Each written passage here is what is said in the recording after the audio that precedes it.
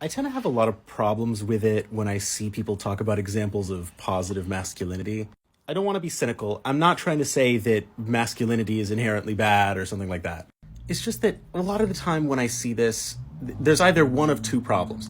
The first problem I've seen people acknowledge, it's just that a lot of the time people will talk about positive masculinity and it's just positive character traits for anybody to have.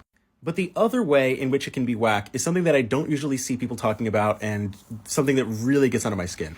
It feels like a lot of the time representations or examples of positive masculinity, especially when these things are being like held up by non-masculine people, just sort of serve to glorify aspects of patriarchal masculinity that still harm men but are just superficially beneficial to other people. It's toxic masculinity when the men in my life conceptualize themselves as tools of self-sacrificial violence. But it's positive when they're sacrificing themselves for me.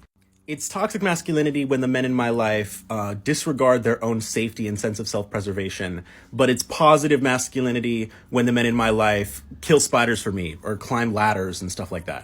It's toxic masculinity when men refuse to reach out and ask for support, but it's positive masculinity when I don't have to support them.